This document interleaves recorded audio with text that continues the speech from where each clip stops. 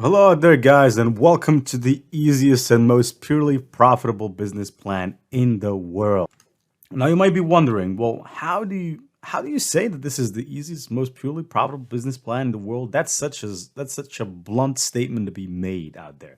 But let me tell you, I mean, you're gonna be stunned. This course is if you're looking for a way to make money online, and if you still have not made it up until today, then this course is practically for you. Well suited, well designed for beginners, guys who have lost hope of making any form of money online. Amazon Kindle Direct Publishing is for you, is the business for you. All right. And so let's go ahead. Now, many of you have been interested or are interested in online business. And obviously, you've heard that in order to conduct online business, there is something that you need to have. It's basic. It's something that you need to have. You need to have a website. Everybody told you that. Everybody tells you that. If you go on videos, if you go on forums, if you go on blogs, you read books, they tell you, well, if you want to become an affiliate marketer, you got to have a website. If you want to be this, you got to have a website. If you want to have a channel, you have a website. Obviously, these guys are not lying because once you get your website to a high level and once you set it up on fire, it starts making you a lot of money. But there's just the problem of how much money are you willing to spend on a website to take it off ground? And if we run the comparison between creating a website and launching a website business, spending countless nights creating the content, crafting the content, making sure the website design is right, A/B testing, getting traffic in and out, trying stuff.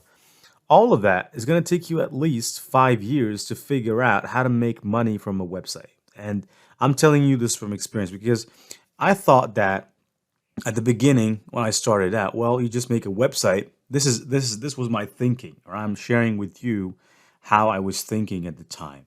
So I said, well, just create a website and it's going to start working for you. I had a very simplistic mindset back then, but then I realized that there are a bunch of other websites with not just thousands of pages, with tens of thousands of pages of pure content. And most of these websites were already ranked. They have all the backlinks that you can imagine. They have all the characteristics of a great website. And so I found the domain to be high competition. Found myself competing in a completely red ocean. Now, of course, I'm not going to lie to you. I have a couple of websites that I run and they're very profitable. It took me a lot of time to get there, but eventually I got there. But websites and making money from websites as an affiliate marketer, as a blogger, is not the only thing that I do. I mean, I've done e-commerce. I've done probably a lot of things. All right, so I've done a bunch of things. I've made money from a lot of venues. I have a lot of income streams, and from the income streams that I have, there is Amazon KDP. Now you might have heard Amazon KDP a lot. Well, Amazon KDP, Amazon KDP. Well, this course is the crash course where I explain to you how you can make 4 to 5 to even 6 figures per year on Amazon KDP with my strategy. Now, obviously, the reason why you don't want to mess with Google, you don't want to play with Google, you don't want to go the hard way because let me give you a little bit of back history because most people need to have the back history. Now, Google back at the time, before 2013, before the first Google algorithm update, Hummingbird, Google was really a piece of cake. And the reason why it was a piece of cake is because at the time, there was high competition between Google and other search engines like Yahoo, like DuckDuckGo. So there was competition, all right?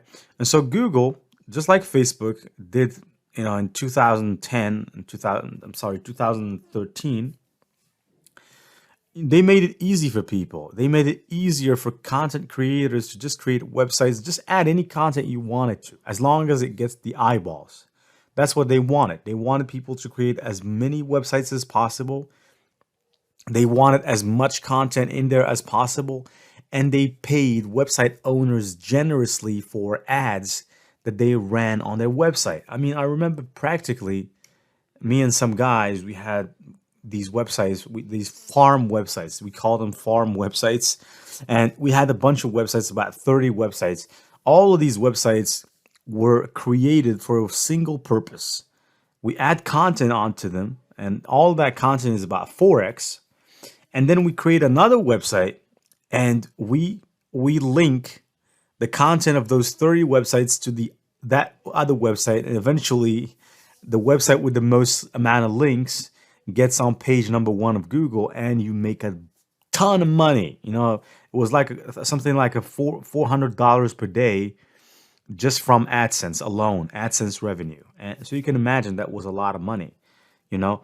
And because at the time $400 per website was the limit. All right, so if you exceeded that, then Google actually figures that there's something fishy about your website. That's how it worked back then. But with all these algorithms, it became really hard. The notion or came in the introduction of SEO, search engine optimization. I know you've heard of it if you're online. This is probably one of the first things that you hear about when you get online. All right, SEO, and they picture it like this, like a monster that you have to beat. And all right, SEO, you got really great SEO. All right, master SEO. Obviously, it turns out that SEO is just a way of Google, or just a way crafted by Google to make sure that you are building honest content. And it should meet certain criteria. Your content needs to be pure content that you've created from research. It should not be a copied content that you scraped from other websites. And there is something called content scraping. Google punishes for that. And content scraping is basically when you go and you just take content from a website and you just hoard all the content and put it on your website. That's a ban. That's a 100% guaranteed ban from Google in the next 6 months if you do that. And so, yeah, that's scraping. Google needs to make sure that the content you produce is 100% legit. Then, of course, if your content is good, you're obviously going to get links from website because the content is good. And so, obviously, you need to have a HTTPS to your name. Your website needs to be secure. You have to have a secure domain. The ranking, how is that article ranked? What the engagement from users. Are they just reading your blog for 30 seconds and then quitting, or are they reading it for 5 minutes? There's the notion of bounce rate. How many people land on the page and then run away from it? That's we call it the bounce rate. And so it became really, really complex. And besides, how much does AdSense pay you for 1,000 views? It pays you anywhere from $2.5 to $5 per 1,000 views. There are websites, big websites, that are struggling to get 10,000 views per day. And so, getting 10,000 views per day will pay you at the max $50 from Google AdSense, which is really, really cheap. I'm not saying it's a bad thing, because if you have 10 of these websites, that's a lot of money. But one website could only make you about $1,000 from $1,000 to $1,500 in AdSense money. And that's really cheap compared to what it was back at the time before the Google algorithm updates.